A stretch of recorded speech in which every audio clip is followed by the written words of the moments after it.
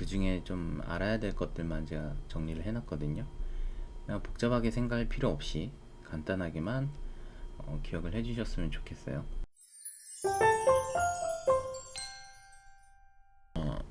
너무 졸린데 한번 찍어보겠습니다. 일단 업데이트 내용부터 좀 말씀을 드릴게요. 기존의 피보나치 비율 처음에는 제가 0.1, 0.2, 0.7에서 시작을 해서 얼마 전에 0.1, 0.3, 0.6으로 바꿨었는데 다시 한번 또 바꿔볼게요. 이게 아무래도 좀 보수적으로 접근을 해야 되고 또 손절하는 그 라인까지 거기까지 좀 최대한 적게 잃기 위해서 좀 많이 바꿨고요. 제가 데이터를 좀 내보니까 0.318에서 반등을 해서 올라가는 경우가 그닥 많지는 않은 것 같다. 그리고 0.318에서 10%를 매수한다 한들 먹는 구간도 굉장히 적기 때문에 0.5 구간 그리고 0.786 구간에서 반반씩 해서 0.5, 0.5 가져가는 게 좀 더 합리적이지 않나라는 생각에 기존의 피보나치 매수 비율을 좀 바꿨어요. 그리고 이제 ICT 이론을 조금 제 기파갱피 매매법에 좀 넣으려고 하는데요. 굳이 뭐 안 넣어도 상관은 없는데 그래도 좀 더 어떤 확신을 갖고자 이 매매법에 대한 확신 그리고 이쯤에서 반등할 거야 라는 신뢰를 좀 더 높이기 위해서 어떻게 보면 심리적으로 그냥 강하게 믿기 위해서 이제 어떻게 보면 합리화하는 건데 아무튼 한번 시작을 해볼게요. 이 ICT로는 그 마이클 허들스톤이라는 양반이 만들어낸 어떤 이론인데 요즘 되게 핫하기도 하죠. 그 미국이나 이런 데서는 지금 ICT론으로 매매를 하는 경우가 굉장히 많거든요. 그래서 그거를 한번 조금 접근을 해볼게요. 이 ICT 이론은 사실 좀 복잡할 수도 있고 영상이나 이런 걸 봐도 좀 이해가 안 갈 수가 있는데 저는 그런 복잡한 거 빼고 100%그 이론에 맞는 말은 아닐 수도 있지만 제가 간단하게 좀 정리를 해서 제 매매 기법에 적용을 한번 해보도록 하겠습니다. 일단 ICT론에 굉장히 많은 용어들이 나오는데 그 중에 좀 알아야 될 것들만 제가 정리를 해놨거든요. 그냥 복잡하게 생각할 필요 없이 간단하게만 기억을 해주셨으면 좋겠어요. 우선 오더블록인데요. 오더블록은 어떤 지지하던 구간에서 그 이제 하락하던 그 추세에서 상승 추세로 이제 전환될 때 최저점 음봉 그리고 저항받던 구간에서 이제 상승 추세에서 하락 추세로 전환될 때 최고점 양봉이라고 되어 있는데 이게 뭐냐면 뭐가 다 오더블록이 될 수 있는데 이렇게 하락하던 추세에서 다시 상승 추세로 돌아가죠. 이 전고점을 돌파를 하고 그랬을 때 이 최저점의 음봉 여기죠. 제일 최저점이라 하면 이 양봉이 될 테고 그 왼쪽에 있는 음봉 얘가 오더블록이 되겠죠. 그리고 반대로 곧 이제 상승하던 추세에서 하락으로 떨어질 때 어디 있을까요? 상승하던 추세 이렇게 와서 고점을 못 넘겼고 이제 하락으로 전환이 되죠. 그랬을 때 양봉 뭐 이 구간에서는 저점을 깨지 않았고 여기가 되겠네요. 여기 구간에서 보면 상승하던 추세가 하락으로 변할 때 여기서 최고점이 요쯤 되겠죠. 여기에 양봉 요 구간이 이제 오더블록이 되는데 이걸 왜 말씀드리냐면 오더블록에서 지지나 저항이 많이 나오기 때문에 이게 알려드리는 건데 사실 오더블록 크게 의미는 없는 것 같아요. 근데 이런 원리 때문에 제가 피보나치를 걷을 때 첫 파동에서는 무조건 이 시작점까지는 기다린다 라고 말씀을 드렸죠. 시작점까지는 기다리는 이유가 이런 한 5도 블럭까지 왔다가 다시 지지나 저항을 받고 또 다음 추세를 이어가는 상황 때문에 그래서 말씀드리는 건데, 사실 이건 몰라도 돼요. 어차피 뭐 제가 첫 파동에는 이 진입 저기 파동의 시작점까지는 제가 손절 라인으로 보라고 했기 때문에 실질적으로 이런 오더블록을 이탈하고 수익 구조를 만들고 유동성을 그냥 휩쓸고 이렇게 가는 그런 휩쓸 무빙도 실제로 많이 나오고요. 그런 건 어쩔 수 없는 것 같아요. 그냥 당하는 수밖에. 그리고 이제 기억해야 될 블록이 이제 브레이크 블록이 있는데, 이거를 설명드리기 전에 미티게이션 블록이라고 있어요. 요거는 이제 브레이크 블록이랑 똑같은 개념인데 이제 고점에서 어떤 식으로 진행이 되느냐, 저점에서 어떤 식으로 진행이 되느냐 그건데, 고점을 만들고 한 번에 쑥 빠지고 요거를 이때 여기 블록을 브레이크 블록이라 하고요. 그리고 한 번 더 만들어주고 했을 때 여기를 미티게이션이라 하죠. 예를 들면 뭐 이런 형태가 되겠죠. 이런 형태 이렇게 왔을 때 여기가 이제 미티게이션 블록. 근데 다 필요 없고요. 그냥 브레이커 블록이라고 다 외우시면 될 것 같아요. 아무튼 브레이커 블록을 말씀드리면, 이제 하락하던 추세가 상승으로 전환했을 때는 양봉이고요. 상승하던 추세가 하락으로 전환했을 때는 음봉입니다. 여기를 바로 예를 들면 상승하던 추세가 어떤 이 MSS라고 이따가 말씀드릴 건데, 요 고점을 돌파를 못하고 이제 이 저점을 갱신을 하죠. 그랬을 때 여기인데 지금은 상승하던 게 하락으로 바뀌었잖아요. 상승하던 추세가 하락으로 전했을 때는 이 음봉이에요. 음봉 보여드릴게요. 요 음봉 있죠. 여기가 그 브레이커 블록이다. 그랬을 때 이 저점과 고점을 이 브레이커 블록 하나 저점과 고점을 딱 연결해 주는 거예요. 그랬을 때 다음에 이제 추세가 한번 뚫리고 난 다음에는 이 영역대에 도달을 해서 거기서 다시 저항을 맞고 떨어진다. 뭐 이런 내용이고요. 그리고 뭐 예를 들어 상승할 때는 하락하던 추세가 상승을 할 때 이런 데가 또 되겠죠. 쭉 오다가 다시 상승 추세로 전환이 되죠. 그러면은 이때는 음봉이 아니라 양봉이겠죠. 그러면 고점, 예를 들면 요런 데의 양봉, 여기도 MSS인데 뭐 여기 이 블록이 될 수도 있고요. 여기를 이제 전고로 보면, 근데 여기는 좀 애매하긴 하죠. 그나마 이런 걸 전고라고 볼 수 있는데, 이렇게 헷갈릴 때 방법이 있어요. 이렇게 헷갈릴 때는 둘 다 칠해보는 거예요. 여기서부터 여기까지 칠하고 이거를 이렇게, 그리고 얘도 똑같이 칠하고 늘렸을 때 여기 두 박스가 중복되는 구간, 이 구간이죠.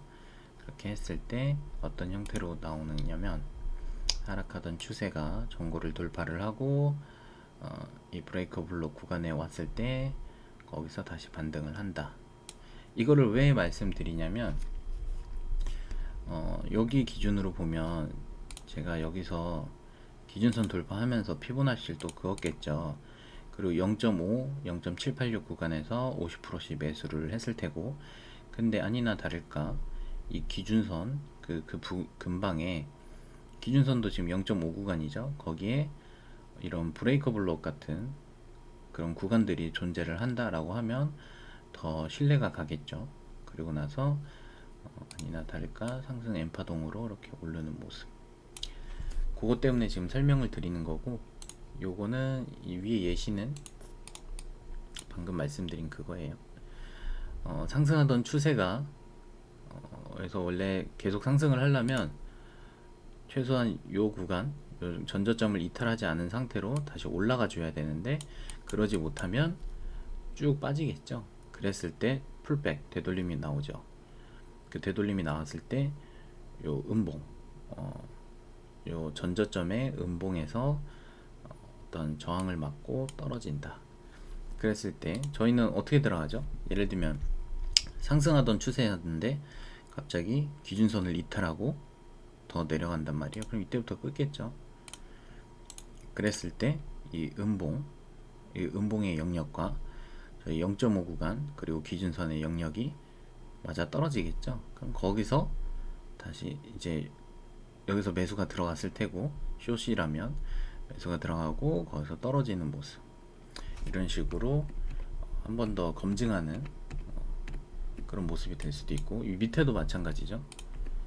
밑에도 하락하던 추세가 다시 전고점을 올리면서, 원래는 이 전고점을 뚫지 않고 숏으로 가려면 이렇게 내려가야 하는데 그게 실패를 하고 위로 올라가죠. 전고점을 뚫고. 그랬을 때 이 전고점의 요 양봉이 넘겼고, 그 다음에 되돌리는 그 구간 눌림목에서 이 양봉 영역 안에서 기준선도 존재하고 피보나치 0.5도 존재하고, 거기서 롱 배팅이 들어갔고, 피보나치가 왔을 때 롱 배팅이 들어가면 상승 N파동으로 이렇게 올라가는 모습. 항상 추세가 연속이 되려면 상승 N파동이 이어져야 되고, 그리고 아무리 못해도 이 전 저점을 이탈하지 않은 상태에서 올라가야 되거든요. 그리고 이 전 저점에는 오더블럭이나 이런 게 존재할 테고, 그리고 이런 브레이크 블록 위에 존재를 하겠죠. 그리고 이런 식으로 딱 계속 N파동의 연속이 이어져야 추세가 완성이 된다. 그리고 MSS라고 아까 그 말씀드린 게 있는데, 그거는 이제 마켓 스트럭처 시프트라고 해서 그냥 요런 한마디로 전고점, 뭐 전저점 이런 데들이 그냥 다 그런 거예요. 복잡하게 생각할 필요 없이 이런 데 있죠. 이런 데 고점 저점 다 여기서 만약에 이렇게 만들어서 올라갔으면 여기가 MSS가 되는 거예요. 그리고 어떠한 지지나 저항이 나온다는 거죠. 이런 데서. 결국에 이 앞전에 설명해드린 그런 거랑 똑같은 내용이죠. 예를 들어서 뭐가 있을까요? 여기도 숏으로 기준으로 보면 이렇게 와서 뚫었어요. 그러면은 하락 N파동이죠. 근데 이 전저점을 이탈했기 때문에, 지금 저는 숏을 보는 거잖아요. 전저점을 이탈했기 때문에 여기가 브레이커 블록이자 MSS 구간이 되는 거겠죠. 여기가. 그러면은 요걸 이탈했을 때 다시 풀백이 오면서 다시 한번 맞고 그대로 하락 추세로 이어지는 하락 N파동의 연속이 되는 거죠. 요런 원리로 제 매매 기법을 만들었기 때문에 맞는 거고요. 뭐 안되면은 그냥 손절 쳐야죠. 시장을 예측은 할 수 있어도 맞출 수는 없으니까. 뭐 예를 들면 이렇게 딱 그었다. 여기서부터 그러면 안되죠. 몰랐으니까. 상승, 여기까지는 상승이죠. 그러다가 여기서 또 반등해서 여기 고점을 뚫고 올라가나 했더니 고점 못 뚫었죠. 그러더니 전저점 이탈해버리면서 피보나치를 그었겠죠. 그리고 브레이커 블록, 그리고 MSS 만들어지면서 0.5 구간에서 다시 풀백 맞고 저희는 여기서 매수를 들어갔겠죠. 그리고 그대로 하락. 이런 식으로 접근을 하는 방법이 있는데, 그러니까 원래 기존에 쓰던 방법이 그대로예요. 그대로인데 한마디로 처음에 앞전에 설명드렸듯이 이런 ICT 이론에 나오는 어떤 브레이커 블록, 뭐 오더 블록 이런 걸 대입을 함으로써 좀 더 내 매매의 확신을 좀 더 신뢰를 높이자라는 차원에서 이거를 설명을 드리는 거고요. 뭐 기존의 매매 방법에서 달라진 건 없어요. 그냥 처음에 말씀드렸던 그 매수 비율만 이제 0.5, 0.5로 또 바꿨다. 뭐 그 정도만 달라진 거고요. 왜냐면 기존에 만약에 0.5, 0.618 했으면 평단이 요쯤 되는데 이제는 밑으로 내려갔죠. 그렇기 때문에 제 손절률이 더 짧아졌어요.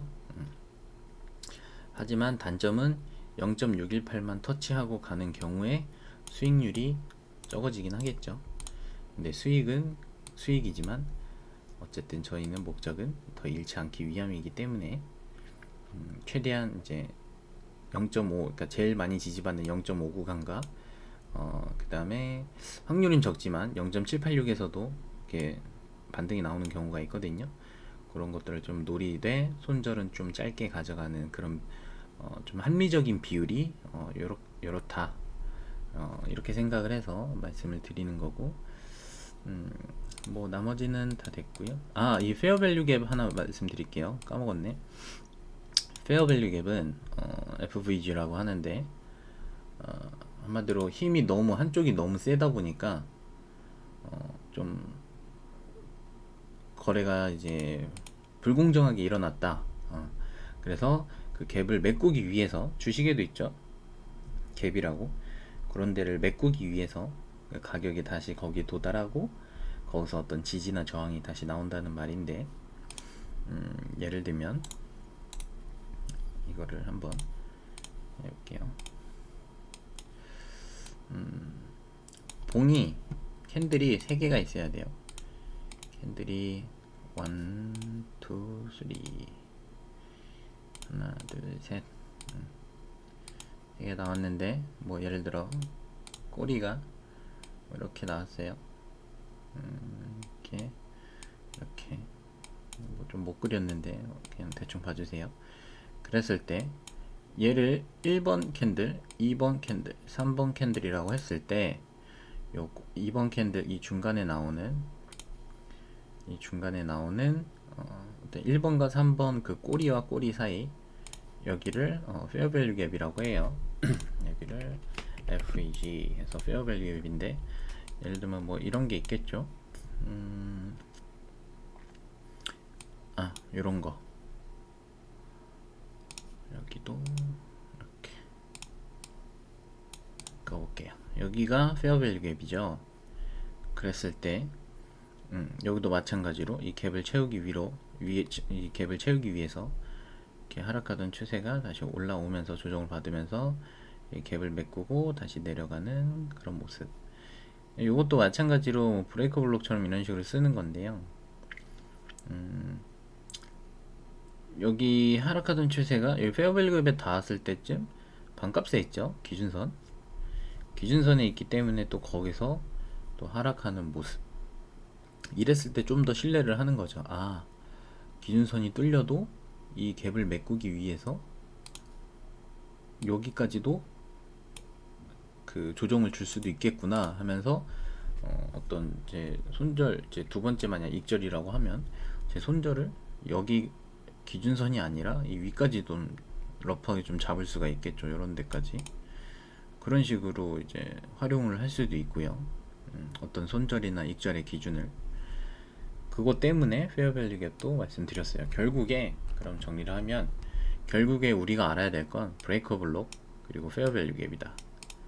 뭐 MSS는 당연히 뭐 어차피 나오는 거고, 그럼 이 두 개만 알면 되거든요. 브레이커 블록과 페어밸류 갭의 그게 뭔지, 그리고 내가 그 기파갱피 매매법을 사용을 할 때 있어서 그런 것들이 나오는지, 이 50선 쪽에서 0.5 구간 그리고 기준선 그 부근에서 그런 페어밸류 갭이나 브레이커 블록이 나오는지 확인을 하고, 만약에 있다고 하면 좀 더 신뢰할 만하다. 그리고 어떤 익절의 그 근거로 거기까지 좀 버틸 수 있다. 손절하지 않고 거기까지는 좀 더 버티는 그런 근거가 될 수가 있다.